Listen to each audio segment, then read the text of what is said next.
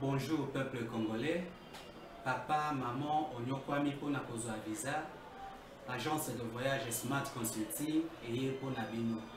Oza na posa obima na ba pays lokola Canada, États-Unis, ba pays nyonso ba état Schengen, Turquie na ba pays lolenge na $500 Smart Consulting et saleli bino assistance et visa. Ba bourse peut être disponible pour na bana nyonso bazana posa okokende kotanga libanda pour na pays ya Tunisie, Chypre et Biélorussie.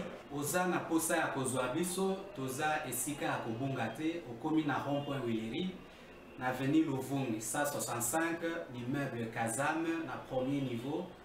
Toza wana oza na posa ya kozwa ba information na nzela ya téléphone. Oza na posa ozwa biso na nzela ya téléphone obengi biso na 081 144 38 91 soit obengi numéro mosusu 081 32 62 203. Smart Consulting avec $500 on peut manger pas. D'après ça, il y a une photo. Merci. Vendredi, malam, on a vu Nyos et Sika Bozali, Bozana Kinshasa, Bozali un peu partout dans la République démocratique du Congo. Topé Sivinombote. Vendredi 26 novembre 2021. Mikolo Tikali Mokeka, Katotikali total. Moi, je crois, on a 5 jours. Totikali on a 4 jours pour être moi ici là. Mais Totikali na 35 jours pour être année 2021 ici là. Tu communes à Tangwa bilan individuel.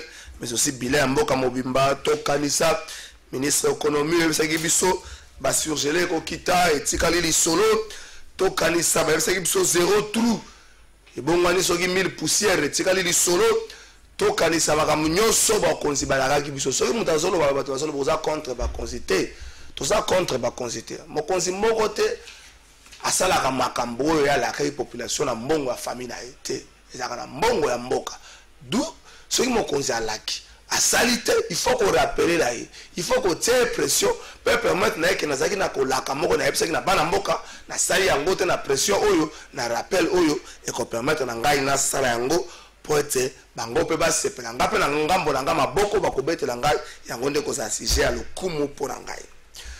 Information etikali dominé ya liboso na libération ya mwana mboka Willy Bakonga azali ancien ministre EPSP asaki ya kokangama depuis mois d'avril boyi bakamba kangela kaye balobi azotambwa na mosolo ebele abimi na mboka na mosolo ebele pe informaki te po à cette époque azaki na ministre bakondana kaye na 3 ans ye na mwana azaki 6 mois mais ye abimaki na prison mokolo alobi information telesi biso ke mwana abima mwa kala ye pa abimaki mokolo alobi bato mosusu bazolobeta lisolo ya grâce présidentielle bato mosusu bazobeta lisolo ya ndenge na bango ndenge so balobi jusque là d'une manière officielle c'est pas la famille ou encore l'avocat. Le conseil a voulu communiquer tout le lingue où il y a bimeli mais au moins c'est qui est vrai Willy Bakonga est libre mon tout nezali dossier oyo bato batombolaka mongongo tango Willy Bakonga c'est qui ministre EPST zali doté dossier à détournement de fonds destinés à la gratuité assemblée yango te tile et pourtant yango nda banda ko ke la justice ba convocation assemblée yango ce qui a assemblé yango te nani koloba te bato batia na ba kana contre libération te ce qui a assemblé yango te tozotia nini na mitu ya bato ba ko kamba okoyiko iba na moso okino ko détourner okino ko sala moso na ndenge singeli te soko zali na ramification moko bo zali na parapluie moko bo ozali ya il pas na problème ezalité gratuité ça nango ba problème ba senya ba za bango problème ya paiement et pas na problème ezalité ba fonctionner ba zanga na bango yo problème ezalité est-ce que yango de toujours tia bato na mitu total tout monde ke bato bele ba kangami na ba dossier minga mona ba poser 100 jours à pour grâce présidentielle et bimisi bango nene grâce présidentielle zo ya ko libérer ba miyibi pendant cette ba kuluna ba zotikala ba kuluna ba ko nekanya makasi c'est bon ba sala pe musala moko malamu to saluer musala ba sala komi ko sala mikolo ba bon kuluna ba ko tonga ba école ba sala ba bazali kamoko malamu ba ko ndekona ba kuluna ba bongola motema mais au moins bato ba pomola ka ba kesa mboka bato ba zwaka mosolo ebele mboka bango on dirait sanctions à la raté on dirait awa na Congo justice na sanction zali réservé pour la moto akoyiba mbongo na poche ya mutu ayibi 1000 francs na zando pour la moto akoyiba etabe pour la moto on dirait justice salama nango pour la ba faible. Bible tikala jamais ko loba ba prière élève une nation Bible loba yango te pour na ba chrétien. Bible tikala jamais ko loba motema malamu élève une nation Bible loba yango te. Bible tikala jamais ko loba elongi malamu élève une nation Bible loba yango te. Bible loba la justice élève une nation. Parce que biso mo to tala ndenge makambo to tambola. Est-ce que tu as la justice pe justice malamu na mboka na biso les kamwiri ba konga to meka ko lobela ngo na émission na biso mokola leon. Na sima rukuta na tata cardinal Frédéric Mbongo équipe oyo chef de corps elongo na conseiller spécial en matière de sécurité mokoza boka pakena kuta mokola lobby na numéro ASC pasteur Bokondoa isolo mingi zo tourner autour et actualité de l'heure na sima tata cardinal loba nous devons répartir sur des bases nouvelles tu éviter pour la juste santé la jupe les soloté ou efitaki peut-être ou efité na kati rencontre na bango mais au moins est-ce que rencontre oyo ou salami ba rencontre salami na 2 jours et fragiliser les 6 autres confessions religieuses na position na bango et fragiliser te batu nyonso oyo parce que comment on pouvait s'en passer na ba confession religieuse mibale wana to remeka mam kim ko beta li solo nango na émission na biso mokola yango nezali moboko na terme ya basango tata mokozi ekolo Félix Tshisekedi ambaki mokola lobi na awa na ville province ya Kinshasa ba président ba pays mususu président ya Togo alaki awa président ya Rwanda azalaki awa président ya Sénégal azalaki awa ezalaki na occasion ya première conférence des chefs d'état sur la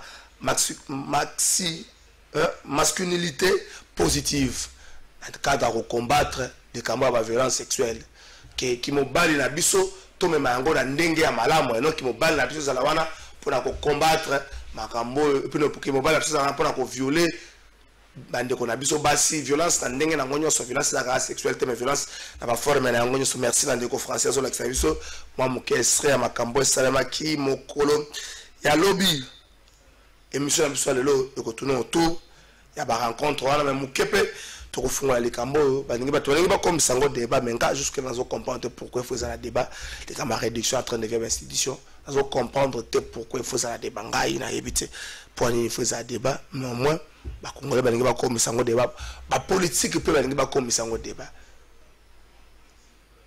mutu ala kaki kazo kaba akabite mutu akabi sans kolaka peut-être o ala kaki kazo kaba asa un problème à moyen mais akabi sans kolaka azoki tenter à informer avant que okaba kutane kana likambo mbala mako pourquoi faut ça débat autour de ça de korotik ramasa ina pression mbote mbote ndeko trésor kalafai matondi mingi pona invitation mbote na baike obakolanda biso na ngongai atako likambo ya terrain municipal ya Bandalunga na sepeli pona monaki honorable Christelle Voanga Kotipe likambo yango na plaidoyer na salaki mokolo la présentation ya budget par premier ministre atalisaki ezali na ba stade municipal belé tikala inachevé notamment stade municipal ya Bandalunga o musale banda suka na zela monaki pe président ya APK pasteur Godempoi atombolaki pe mongongo likambo tali stade municipal ya Bandalunga pona yoki ozala lisungi moko makasi ozali kotambla kosala ba démarche pour tester stade wana bakokosisa ba travaux depuis banda presque 5 ans, plus de 5 ans aujourd'hui,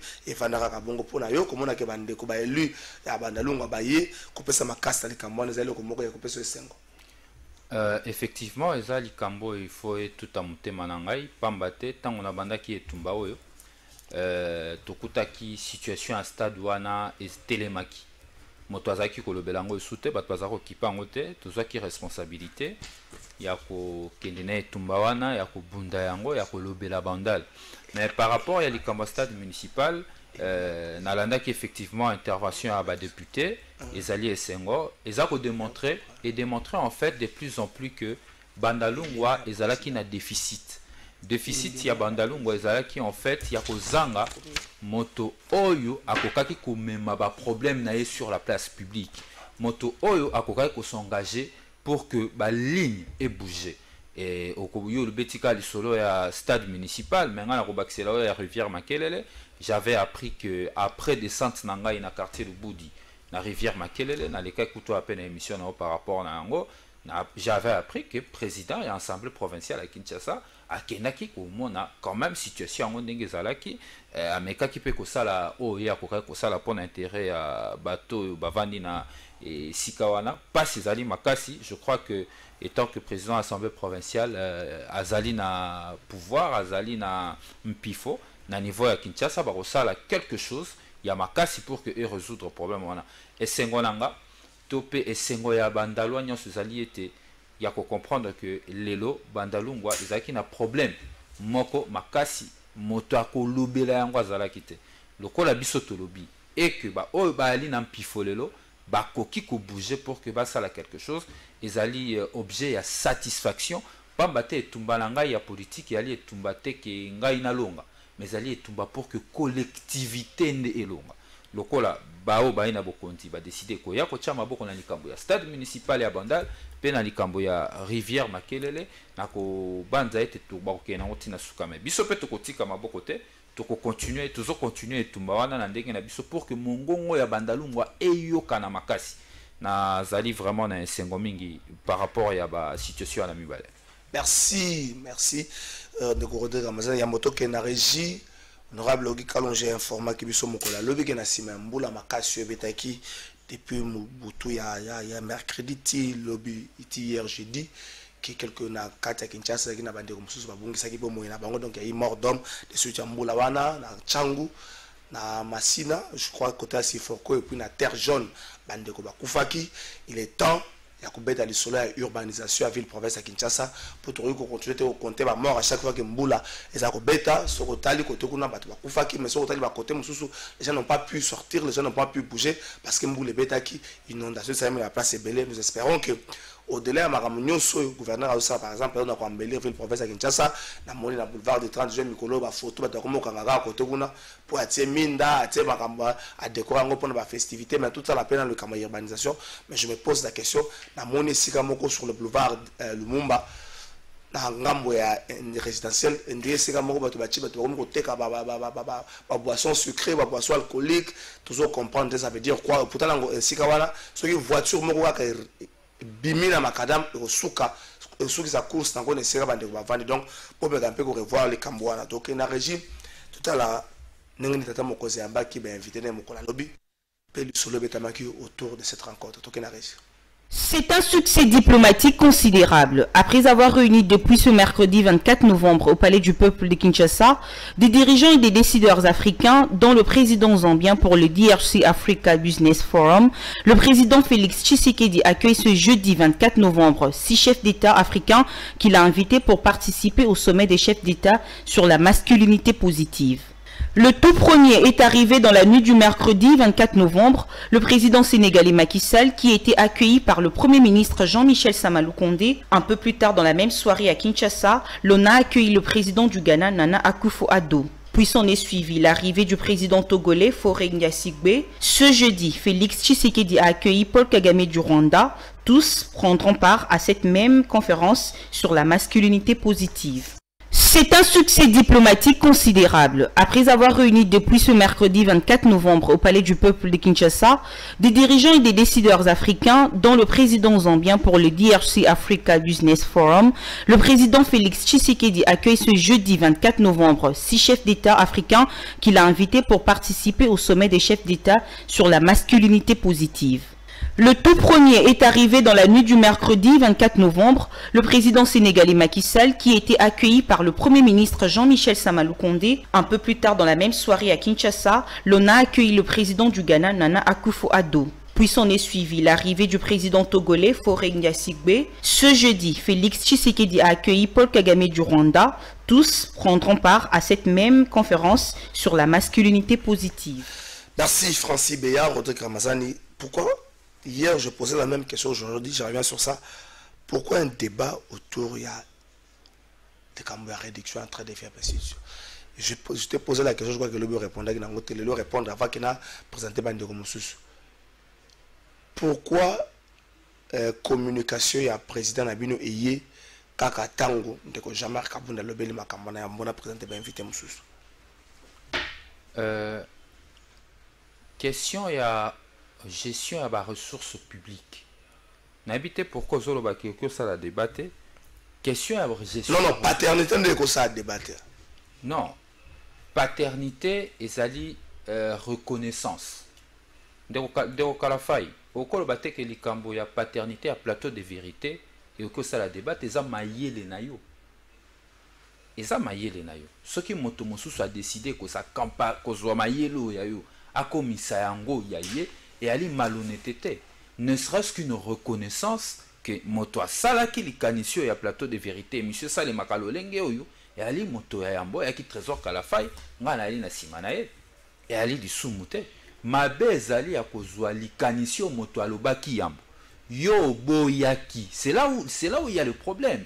L'honorable Sesanga a annoncé likambo en 2019 na session ya mars ndeko président AI il y a IDPS à boyaki yango yazaki pour augmentation à avantage biso pe toye ko sala débat wana te débat ezali te ke biso to ali na paternité ou pas wana biso to na débat wana te za débat presse ndako sala yango mais likambo pe presse akolobe za lokuta te ezali vérité ezali likambo ya ko presse aza ko rétablir vérité biso to sala débat te biso to ko décortiquer ko pesa fond ya pensée na biso na ebite lisumu na biso to lisumu honorable Sesanga ali wapi annoncaki likambo ya réduction à train de vie à l'état ayoki que de manière un peu ramassée bato ba ko présenter yango malamu te ye moko concepteur ya likanisi ya réduction à train de vie à l'état a décidé ko placer le point sur le i pour na ko expliquer vision na ye tango azoloba likambo ngo ezani tango azoloba ngo za ko tsango pe sur la place publique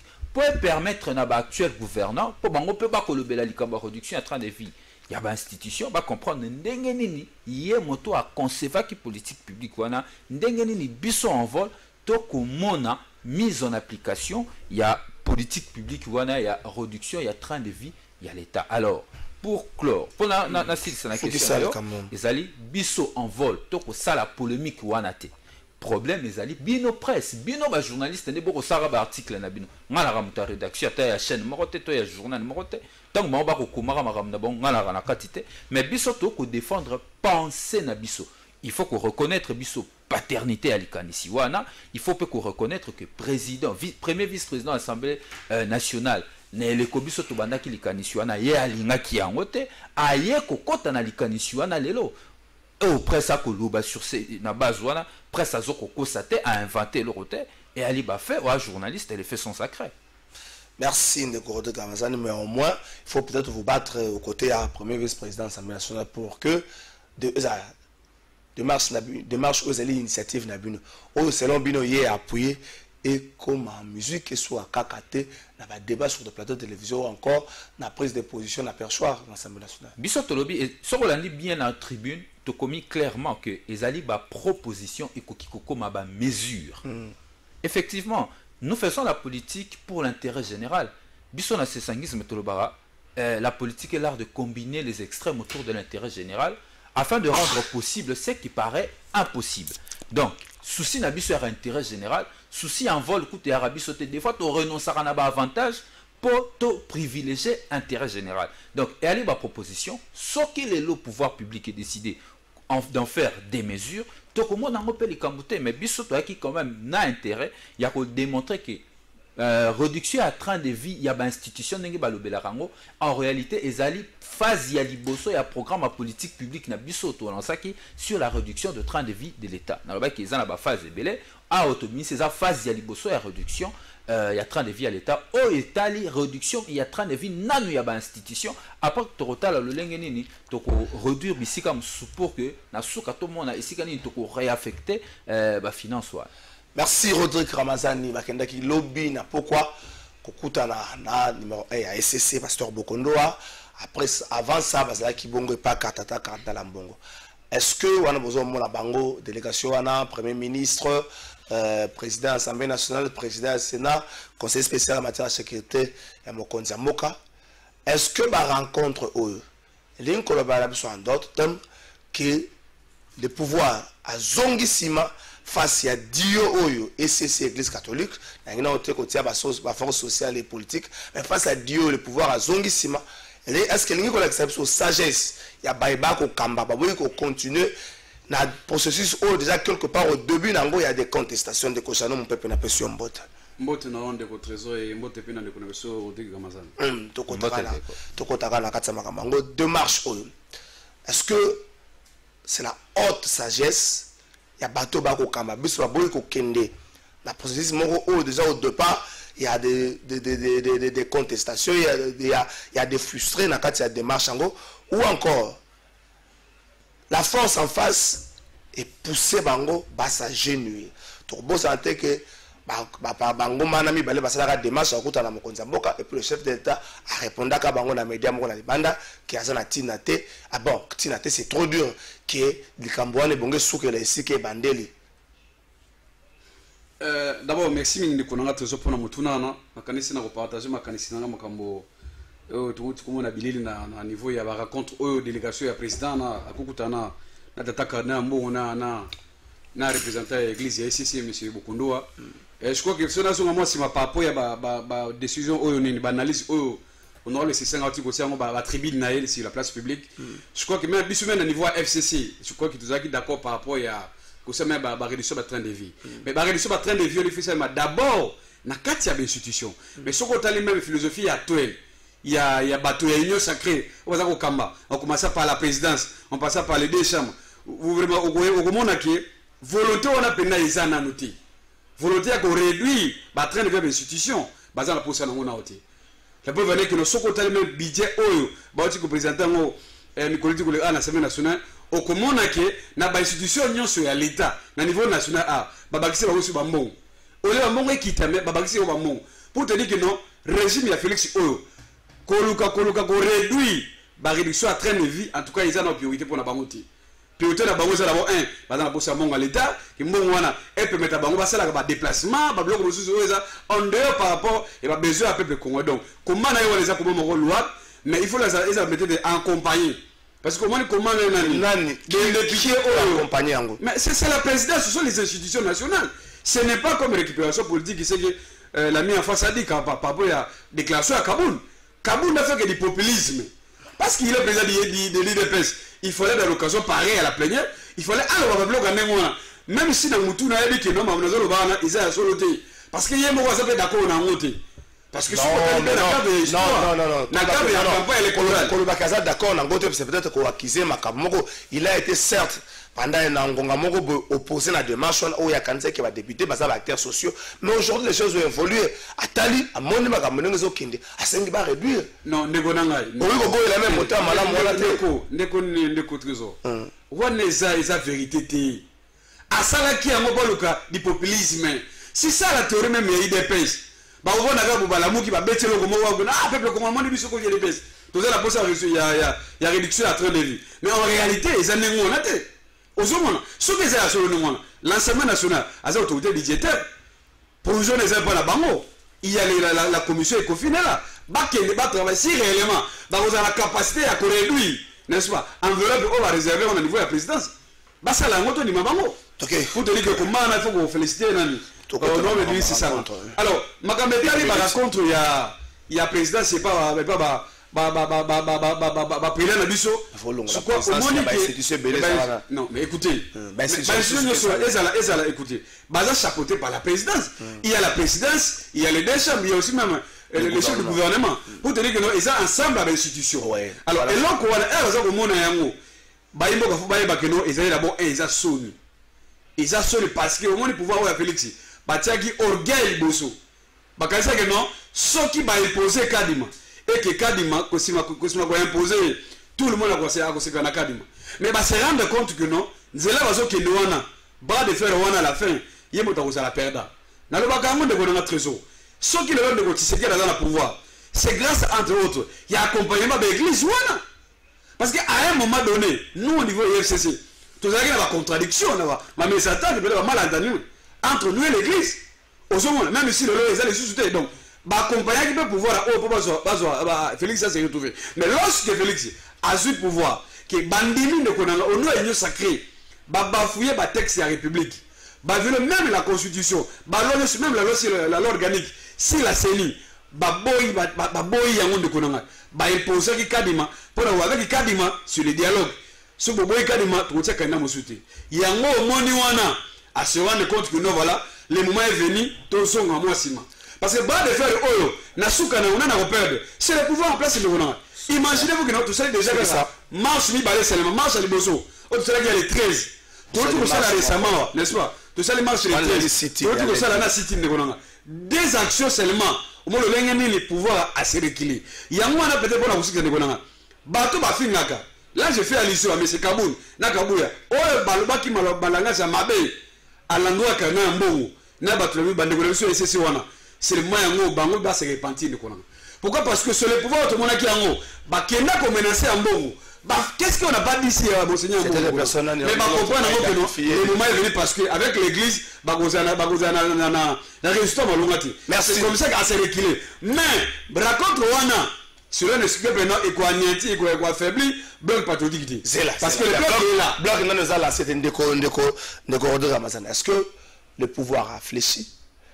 Est-ce que c'est la haute sagesse que l'ongati, que souka, il y aura plus de contestations peut-être par rapport à l'élection précédente? Toujours en anglais.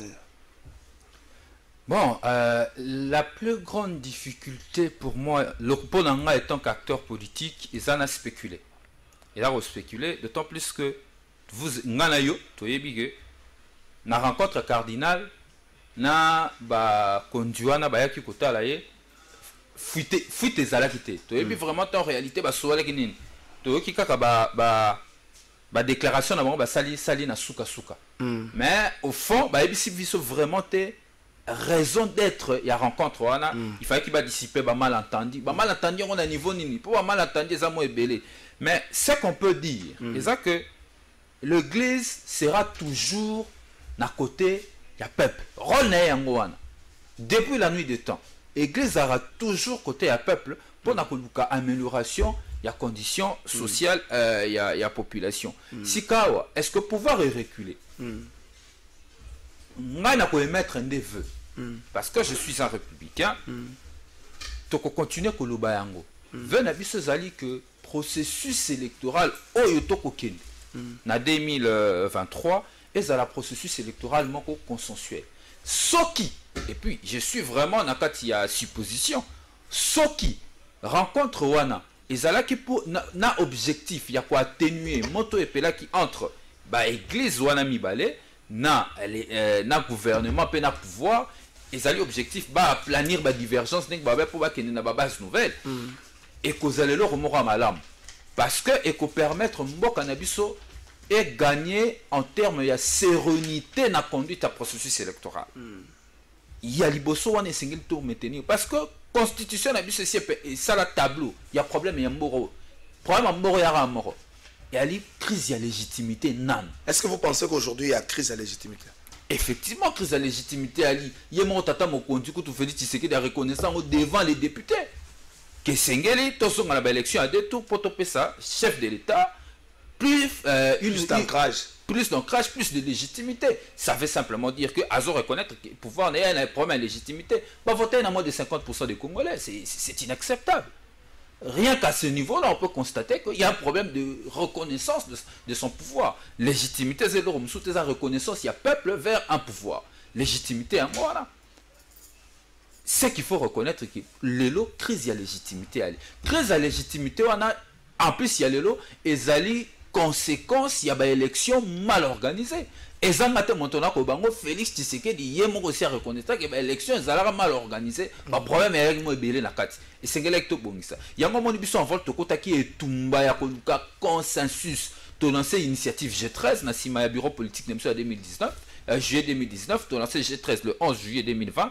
Pour te consulter tout le cas consensus wana de kokala fainga na lubarango mikolo consensus et si zoama consensus sur le processus électoral et zoama. Non, mais comment tu peux dire que consensus sur le processus électoral zoama aussi longtemps la phase autozanango ceux qui FCC ceux qui lamuka ceux qui bandeko ya SCC na senko baza longote na baninga c'est parce que consensus zoama te yone no c'est ce consensus zoama. Pourquoi? Beaucoup se souvenir que G13 va lancer la consultation. La consultation va comme politique dans la société civile, surtout dans bateau nyos. Bateau va consulter à l'époque la FCC pour Baboyaka. N'est-ce pas? Consensus c'est ça unanimité. Et là on dit que qui tout ça pour le processus électoral et yebani ça na kati o babengaka agenda citoyen ba G13. consensus on ezali trouvé. Quelles sont les réformes qu'il faut mener, comment il faut le mener, ezali tata mokonzi azanango bayi union sacrée ndenge bazali wana engulu pa bazanango bayi église lamuka fayulu tout le monde bazala consulter bazana consensus wana parce que ba pesaka makanisi na bango. Et la preuve ce que ba réforme Martin Fayulu a proposé qui récemment sur les élections, hôtel na ba réforme au ba G13 va proposer qui différence c'est il y a 2 ou à 3%. Différence c'est à ma capacité. Ça veut dire ce qui va appliquer la réforme au G13 va proposer qui l'élo sur le processus électoral au moment il y aura pas de contestation par rapport à il y a processus électoral. Donc et Tumbalelo, j'espère que tête chef de corps à l'institution et la représentant na président de la République parce qu'avec un représentant ba ko kende vers église pour que tous on a la base à Sika. Merci. Et je pense que vous allez avoir la sagesse et vous permettre à venir Yamboka Malamuna et l'écho. Merci. Débat dans la réseau social Tikala qui tous on a la base à Sika. Et ngolo bani poka di mazana eka kabokei. Mariambi binoto beaucoup na bango na suka lango kadi mazana eka kozonga na base à Sika. Et si ko to peut-être qu'il faut cardinal, tata cardinal mutape sabiso contour ya phrase naie ou encore mutuna mutu akanisa lolenge naye mutuna makasi fera kozonga na base sika elingi koloba ni je sais pas ah muna mutu akomekopesa makasi nende ko Evans na pesa mbote na ebite suko uti ko komika ka sikoyo na espérons que uti Congo central tende ko na Evans boni mbote ningi ndeko kalafai na profiter l'occasion ko pesa bande konyo so bakolo na biso mbote na présenter l'excuse pointe na komi na retard monke embouteillage kaka basi moto kota embouteillage na otatika moto mosu na hôpital moto pe ba kanzela te gouverneur azwa kata la makambo wana toke masolo ba triki ba bongisa yango te na oti Congo central te na oti cham OK mai ba kufido partout donc en tout cas c'est bizarre mais il faut tout le bateau bongisa toza na moto la mbala moko makanisi na yo autour ya ba rencontre au mibale salam to le biawa nouvelle base de 8 il faut tata cardinal yemo mutape sabiso mayeni nazo kanisa na phrase wana tozongla na nouvelle base. Est-ce que ba rencontre sagesse na part ya ba bato bazo kamba ou encore ba fléchir pour être en face na bango mur et Jéricho et l'équipe monene au moment tant tozoloba tout le bara malamu pona ko mise pelisati mais tout le bara malamu oyo ko sunga mboko kene liboso na lingo talisa ndeko bolanda biso rencontre au to mona ki il y a ba responsable de l'institution ya mboka na biso et puis na ndeko na biso cardinal population boyo kanga bo s'entendre lo malongo et lo malamu ko makuna ti na ndenge nini okoza na bandeli bozo boya déjà oyo wana ezali distraction à la population. Je vais vous dire, je peux avouer et j'assume. Oh non, c'est seulement qui ont les apports d'intérêt égoïste, ce n'est pas pour la population. Et ça pour la population, je vais vous dire une chose. Mais lorsque la population s'exprime, oui, pourquoi bah qu'elle est comme on a eu pour la nini pour la bas apaiser maramba kadima.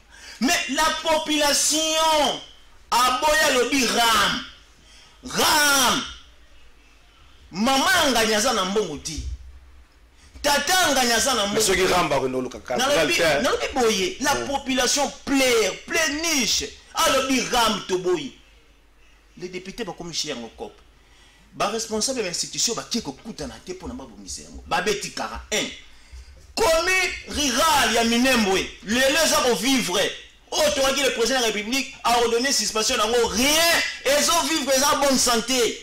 Population bagangi par responsable de l'institution na bakangi monoko pour le resuka ka wana te 15 milliards qu'a décrit le professeur Luzolo Bangi à l'époque de M. Joseph Kabila Kabangi les en bonne santé l'argent dilapidé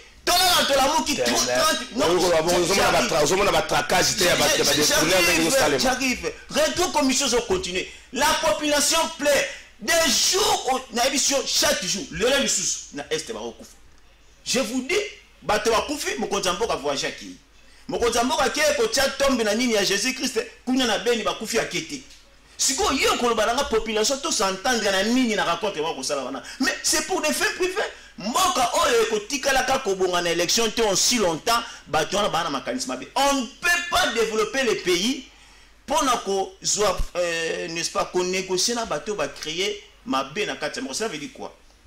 Au moins, comment on a vu sur le lot, nous sommes aujourd'hui instrumentalisés par des forces obscures. Je vais vous dire une chose. Sincèrement, si aujourd'hui, n'est-ce pas, les Rwandais imposent, je dis, les Rwandais imposent, nous imposent. Pourquoi? Parce que Rwanda a une force obscure, on va vous soutenir. Mais le président Félix Tshisekedi, le président que je salue, que j'ai beaucoup d'estime, mais c'est grave. Pas plus longtemps qu'hier, nous avons vécu des choses, mais c'est inacceptable. Monsieur Kagame, au vu de tout le monde, a craché sur la mémoire des morts, a nié rapport Mappé.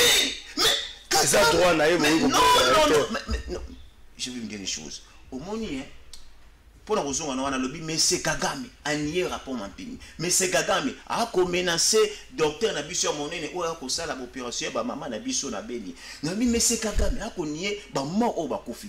Alors le même monsieur, tu as invité curieusement, et puis dans quel sujet? Pour la forum ni, pour la toujours la viol. Est-ce que le président de la République a ce qu'on songe là yango? Monsieur Kagame, toujours Kagame, monsieur Kabila avait dit, nous sommes attaqués par les Rwandais. Merci. Mais les mêmes Rwandais, voilà, je ne sais pas. Pourquoi est-ce que Kaka Rwanda? Rwanda, il y a une proposition à 30 millions. Pourquoi Kaka Rwanda? Mais j'encourage, n'est-ce pas, le professeur, n'est-ce pas, la Moukanani, non, on dit qu'il y a Martin Fayulu, les frères en question, le président Adolphe Mouzitou avait bien dit, il faut tout déclarer guerre na Rwanda. Merci. Le problème, une fois nous allons attaquer les Rwandais, et c'est ça le mal. Merci de me Ndeko Jano, est-ce que cette manière de faire l'actuel pouvoir et puis si vous notez les sobino batubokamba et kalabino bozala qui na position moko ceux qui bo yo qualité ce qui est que la processus électoral catholique à quantité pour tiki bongo au lobby que totika na 7 autres le roi bazaka 8 ya quantité surtout que na bino bongo toke na biso bongo l'actuel régime pouvait aussi faire ndengwana à continuer dans les 6 pour baza majoritaire maluki abongisa na mibalo batikali jusqu'à ce que bango soba lo balikambo moko toke nzela malam. Non mais ndeko trésor na occupant comme on dit comme ça on a en face par rapport à question tunaki mais et ça la différence c'est le komoko au moins depuis l'élection il y a le 30 décembre il y a 2018 où il y a des cotisations après l'élection on a ma contestation et c'est la qui tellement belé tant même à l'époque c'est Kagame donné pour présider l'Union africaine à 5 ans à l'époque qui a son temps là que non na niveau ya Congo ba ni l'élection là. Parce que c'est l'élection que tout le monde a dit que non, l'élection est salement qui malamté. Mais au nom de la souveraineté à mon cannabiso, non, élection est une question purement nationale. Le pays, mon sous d'organisation, a imposé la volonté de la Bangouti. C'est comme ça que mon avis, la juridiction de la à partir de CENI, n'est-ce pas? Il y a comme institution électorale, à publier des notices qui dit, qu'il y a un coup constitutionnel, confirmer qui est le Konanga. Au-delà de ça, mais qui c'est ça, entre batailles? Parce que le Colombie a au moins sauté la constitution, n'a PMI. C'est clair pour la crise de légitimité. Mais or, elle a toujours une décision. Tu dis que non, cette fois-ci, il faut l'élection de ça là. Oh, que non, tout le monde a d'accord. Même à 100% de bénéfices, qui est 80% des Congolais. Oui, l'élection c'est le mi, le lingue m'a mis ça les maca. Il y a un moment le lingue de Konangai, tu votes qui loi organique. Où ils ont encadré. Organisation et fonctionnement, il y a CENI, Basala Kiyango. Mais tant que c'est mauvaise foi à régime, il y a Tshisekedi les amis de Konangai. Bayeba Kiyango. Parce que dans l'histoire récente, il y a eu des morts, qui n'a dit ça. Parce que l'IDPS n'a pas de ressources, qui ne peut pas Malonda. Pour Nani, parce que nous avons Malonda, Azal Kanda FCC. Pour Rosa Malonda, c'est la continuité à Kona et Nanga. Aux hommes qui Rosa Malonda, désigné qui est. Bazalaki na ningisawa na te mais au moment de l'engeni pour na kaya ndeko kadima ndeko Tshisekedi a se justifier d'abord n'est-ce pas pour signer ordonnance na ye ko investir ndeko kadima yo so mona wapi ya zali tata ko aza mokonzi lorsque une autorité mokonzi aura décision à justifier na ngote mais oya Tshisekedi pour na kadima a ça d'abord communication na ye après la simaluyo non na zui mokano ya ko investir kadima Or, Tshisekedi a boyaka Rosa Malonda. Pour Rosa Malonda pas ali congolais. Asana bato comme tout congolais ça. Mais a boyaka que non, moto a tiré PV à Rosa Malonda. Azalaka na compétence sur l'époque Wanati.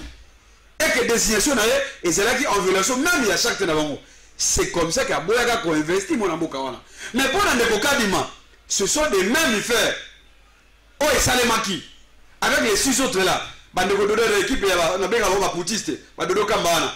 Ba kei ba Salima kamo na bulu eke nyonso ba poni kadima na kubatama.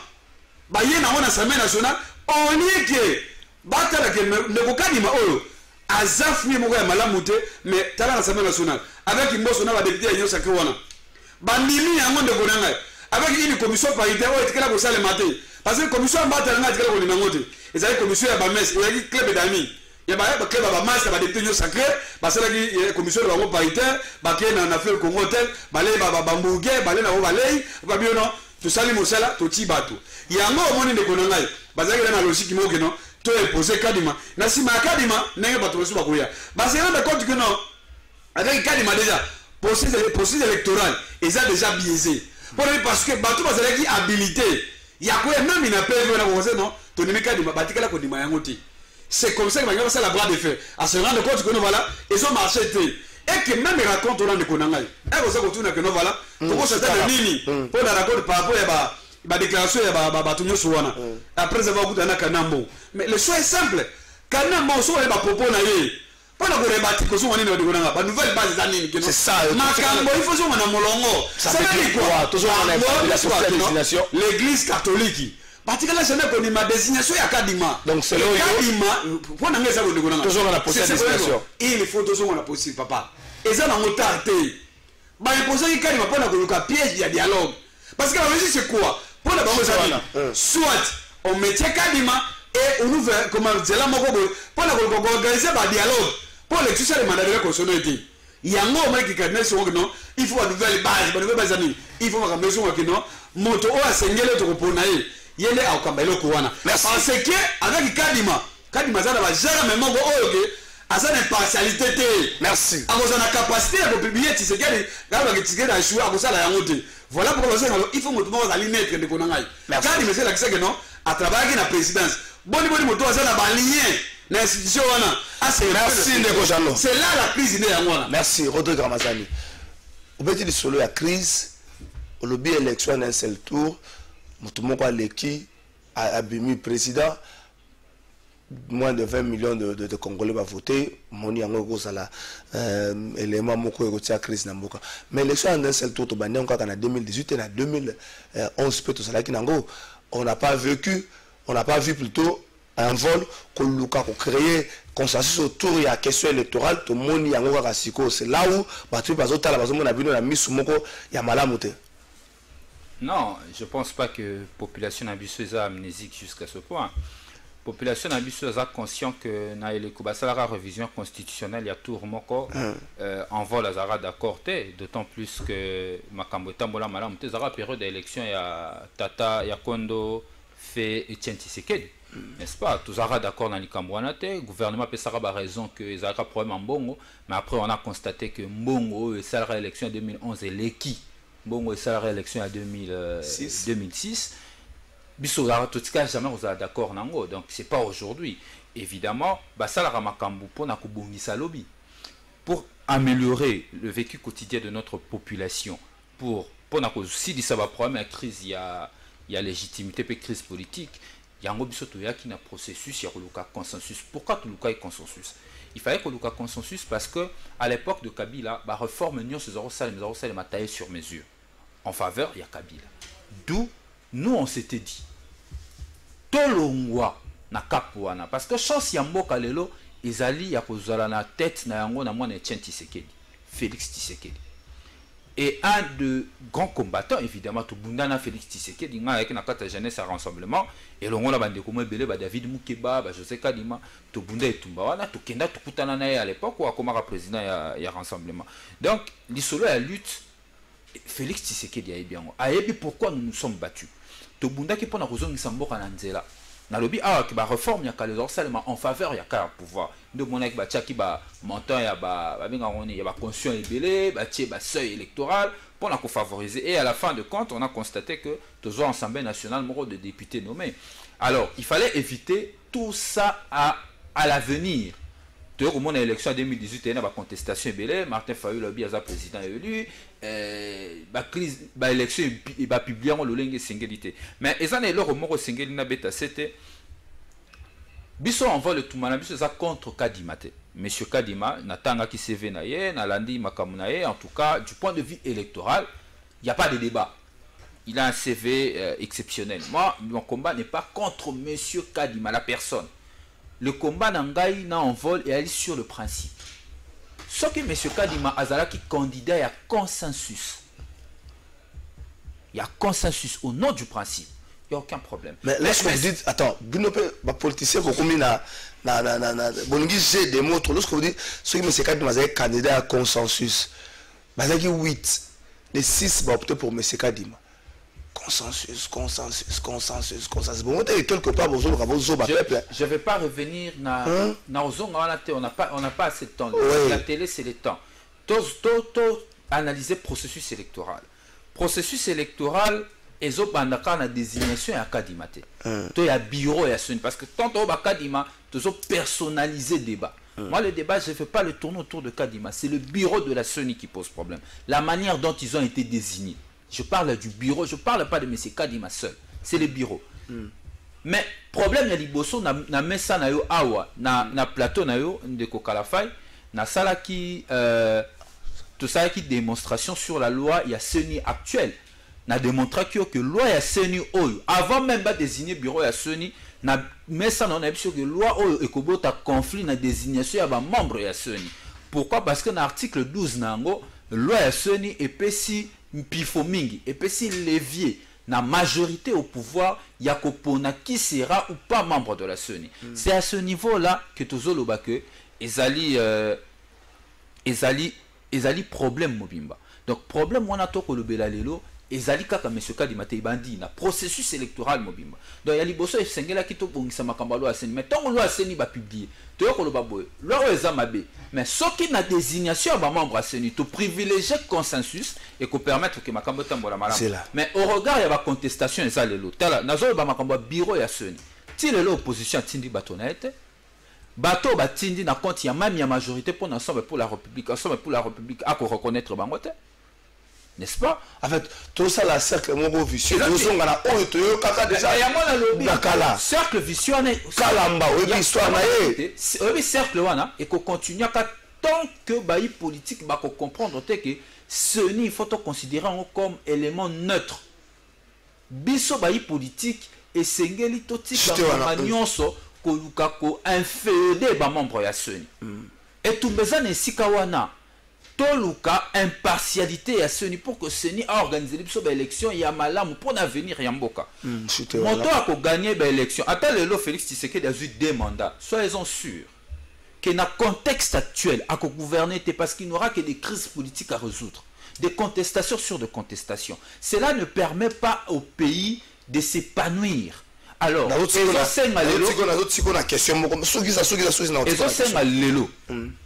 pouvoir. Bail opposition, bail société civile, bah ça le dépassement de soi pour que tu reconstruire le processus électoral consensuel et puis ça à venir en Bokanzela à collègue. Merci pour le na ba terme aux autres kabatu na wankambo na moi problème il y a compréhension base ya sika on s'est dit baba sika ngo posolo baka ezali baba zakala na lobi yango baba zakala pona ngai baba zakala elle va réforme taillée sur mesure ya Kabila baba ya sika ezali réforme consensuelle processus électoral consensuel s'il vous plaît de côté vous autres kabiso na peuple na problème na le kamala baba za sika moi to pour ça de confiance est-ce qu'on peut te reconnaître ça que na lo lenge tokoki kozwa CENI moko oyo ekozala sujet ya problème te po tokende soki ECC na église catholique il faut bakota na kati ya processus gouvernement to peut pouvoir en place akozala na baconcession oyo ye faut accepter bango mpe bakozala na baconcession alors so toki na baconcession donc yo sepelisi nga nga mpe na sepelisi yo makambo ba tendance et koti na kati ya seni yango.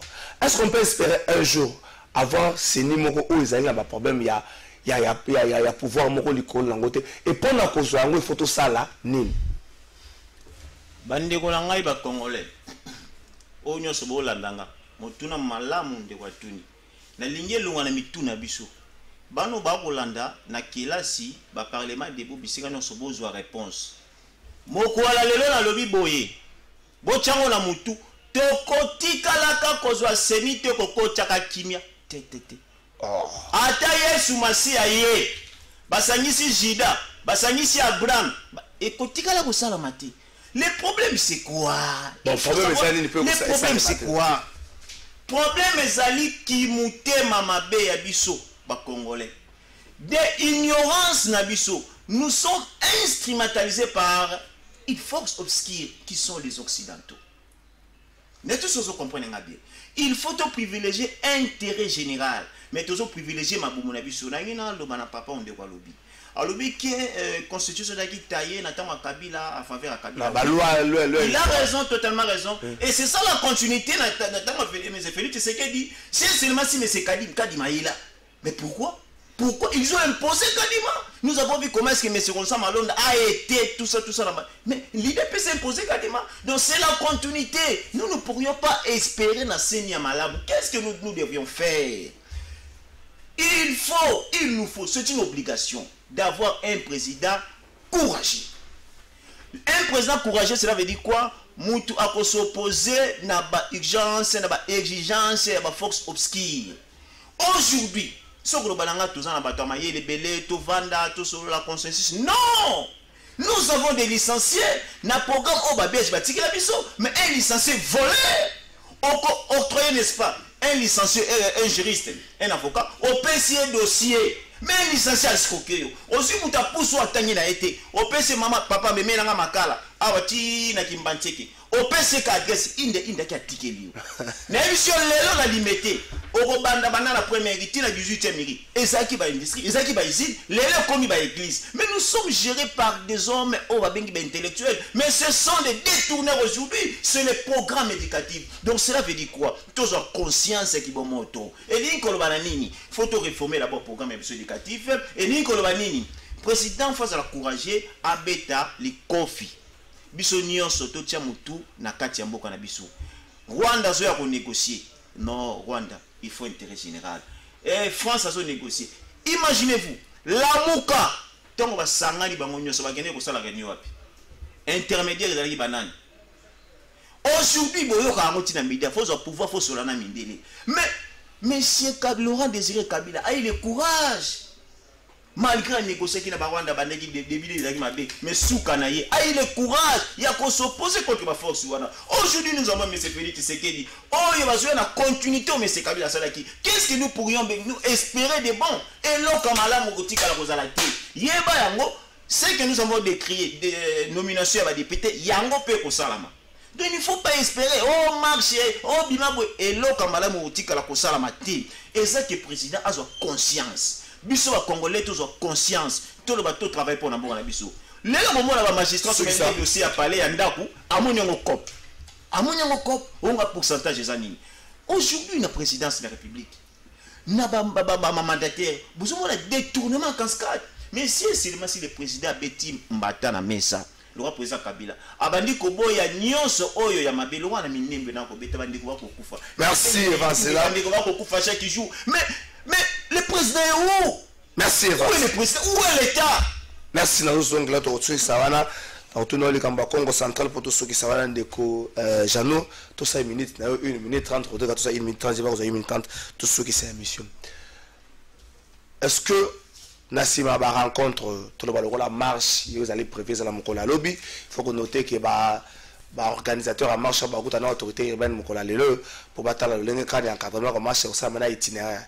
Est-ce que Nassima va rencontre wana et singleté kotiana nous pose na ba manifestation publique wana kota le lenga kani li solo za ko évoluer ce qui simbi de ko zonga la démarche 1 minute 30 1 minute 30. Il y a ça question mona ko baxika. Ndeko tozo pose ko sal maté. D'ailleurs na zo informé ba imboka ba ba place yoso bazali ki lobby tout ça la marche. Ils marchent ça partout na RDC Mobimba. de place yo se bozali à partir déjà à 8h 9h tellement place ozali to ça d'ailleurs itinéraire donc chaque coin dans la ville en Kinshasa awa ba coin nyonso ya show na ba commune nyonso il y a déjà ba point au place nini to kutana pendant que ça la marche na biso lobby ezali metemi mais très rapidement de konanga trésor na oki makambo de connexion rodi karobi ah qui à l'époque à Kabila ba réforme salamaki sur comment t'es sur mesure non c'était pas ça. Et c'est là parce qu'il y avait une majorité qui est en place. C'est comme aujourd'hui. C'est comme aujourd'hui. Ça veut dire quoi? Lorsque tu votes que l'organique qui a saigné, nous, FCC, tu as la carte à parlement, tu dis même ici, nous sacré, à s'imposer que voilà, il faut là dans la même mise. Na bateau va diriger l'équipe, il y a bureau à saigner. Parce que c'est l'union sacrée. Et ça, ma décision n'a pas que il fallait à tout prix, base dans le contrôle de l'union sacrée. C'est comme ça que tu as imposé le Okadima. Parce que même le Okadima, quand il me sont contrôlés la critère, oui, à un esprit électoral, c'est comme les autres Congolais aussi. Mais pour l'instant, il y a un critère à ce qu'on a une confession religieuse. Il y a éthique, il y a esprit d'indépendance.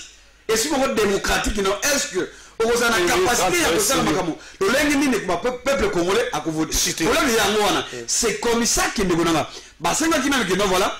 Luka que basenga bakaina mosusu wana bandeko ko confession religieuse les 6 autres non bolongo la kadima au regard ba critères zo répondre ça vous savez la défaut bolongo kaina mosusu mais baboya yango ndeko nona merci ndeko kadima c'est pour cette raison que non malgré ba rencontre wana bloc patriotique et qu'on continue ko sala musala na yango et continuer ba manifestation publique parce que merci wala merci wala Rodrigue Ramazane est-ce que na Ngongo il faut que ça pose côté à niveau les solutions qui est là soit que Simbito peut reprendre avec la rue mais pour l'instant il faut peut-être couper sa chance la démarche bandit na rebondir mon kina on a 1 minute 30 voilà FC ça na rebondir dans 30 secondes 1 minute na répondre à la question là ya liboso ndeko abi que FC ça doit se poser pour majorité ezalaki mais na roye c'est que il y a certaines questions à vie nationale il faut le mettre dans un moule il faut que tu aies ici kamoko pour que Bissoni soit tout à la même direction, notamment la question sur l'intégrité du territoire,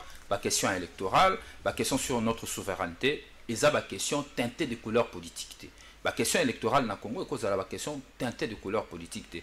La preuve, tant j'ai très à consulter Bino, Bobo Yaki, Bobigé. Non, mais là, s'il vous plaît, non, s'il vous plaît. Pour nous, c'est s'il vous plaît, s'il vous plaît. Heureusement qu'à reconnaître que bon, on va consultation, institution. Alors pourquoi le FCC na balabala, que c'est nga ba owana bazana kati ba imposer makam na bango, ba sala ba kuta na ba trouver consensus. Qu'est-ce que ça veut dire? Dans la République, la démocratie ou la liberté n'est pas un privilège d'une majorité au pouvoir. Et Zali privilège, il y a toute une population. Parce que Zali consacré à Bango Nyonso. C'est comme ça qu'il faut voir les choses du pays. Il ne faudrait pas le voir quand vous êtes fort que vous devez vous imposer. Parce qu'après vous serez faible, les forts voudront s'imposer à vous. Alors il faut que la société soit équitable et juste. Pour la souka na motuna na yo, sous état de siège automatique, c'est-à-dire que pour faire une manifestation, il faut dépendre d'un cardinal en bon. On a le bloc patriotique. Il a un droit légitime parce que c'est la constitution qui les reconnaît. Ça la manifestation na bango tant que estimer qu'ils sont légitimes pour na bango. Merci. Azali na devoir. Merci. Rodrigue Ramazane de confiance sur qui yo. 1 minute de Congo central, bon Congo central, Bozawa puis à tout Congo central à tout Matubwana appartient au passé. Et puis conseil na ko pesa na ndeko à tout Matubwana. Nganga kufaka. Qui c'est pour la ka. Aux encore na carrière. Mbongo yibi et les non ko ba ko yiba parce que ça s'il vous plaît que ça trop chargé. Il y a un lobby boy. C'est seulement si le président de la République état de droit hasard prôner Esaïa solo, je demande au président de la République il a ordonné arrestation immédiate de M. Atou Matubwana Bisika parce que le procureur général pour la Cour de cassation a ordonné que M. Jusqu'à a recommandé la Cour constitutionnelle, la haute Cour qui investit même le président de la République. Arrêt Naïza qui peut constater régularité à motion de déchéance contre Atou Matubwana. L'ordonnance du Conseil d'État qui peut interpréter modalité à désignation. Le Conseil d'État n'a ni qualité, ni compétence. Il y a pour empêcher l'exécution rendue par la Cour constitutionnelle. Je vais dire une chose. Je vais faire ce message dans le président de la République. Dans mon accueil, Joseph Kabila a une alternance. Maintenant, dans mon président de la démissionné, il banda na botama na mboko na biso. Makambo ben il faut une solution. Na lingi pesta musu na romona projet sera démissionné avant la Cour faire malamu. Makambo ben ezoleka. Merci Ndeko, merci na Rodrigue, merci na Evans, merci na Jano. Francis Béana funda bato, ko funda leza ko funda mo ça la passe. Tokei générique 30 secondes na funda bato. Ko funda na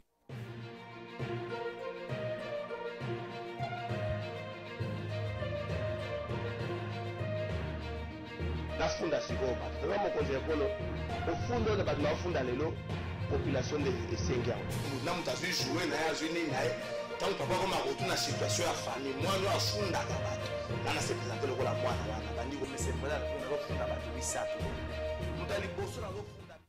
merci tata mokonzi ekolo mwana funda kabato aye tata mokonzi ekolo kofunda lelo eza pasi po balobaka na ba urgence na yo faut koyeba kopona ba priorité ngai te mutu naza auteur ya pension na ba urgence na biso na République démocratique du Congo il faut te ba kopona ba priorité tata mokonzi yo mutu bandaki likambo état de siège na lingi koloba awa naza contre ba musicien te tata mokonzi ekolo yo mutu bandaki likambo état de siège boni na tango état de siège bakonzi bongo baza na mosala ko sala ba plan de guerre koluka sikane le ADF na lu koluka sikane ba bomi bazali basa na ta ebele ya kovandaka ko yambaka ko akodaka ba interba ba nini batali solo na ba musicien. Je ne dénigre pas ici les musiciens mais ko vandaka ko mobilisaka bato ba ko yamba musicien ko vandaka ko solaka na ye sikoto na mokonzi ekolo état de siège régime exceptionnel tango bato ba ko vanda ba ye be na concert en musicien wana. Il s'agit ici de Kofi Olomide. Gouverneur militaire et le ngona ba service seigneur so ba ko obligé ya ko tia sécurité ma kasi na sika wana pona nini po ete na période d'état de siège bato ba se retrouver na le belé bo ete ba ko se retrouver na concert wana mais yo moko yeba otala moko ze ko lokena na côté kuna to na premier effectif bato baza ebelete ba militaire ba homme de tout baza ebelete mais tant ba ko concentrer ebele ya bato na sika mo po ba kengela na ba mission na bato ba na concert et bongo bisika mususu likama soke komi nanya bateli bango eta mokonzi ekolo Goma et ko déplacer té donc non qui veut ko déplacer té il tout les ko déplacer té ceux qui musicien na ko beta concert tango ba ko lever mesure na état de siège mais ko beta concert na tango oyo c'est vrai l'armée américaine na mona ki en Afghanistan moko bazako memela bango distraction mais est-ce que na phase où tout ça nango armée na biso na posa ya distraction na champ de bataille na ye soko tuni na bato bele ba ko biso ke mingi sale bango pasi komona likambo na boy ko tsav awa ba photo ya Kofi Olomide na gouverneur militaire na bele ya ba généraux na mondele colonel moko au sel un protocole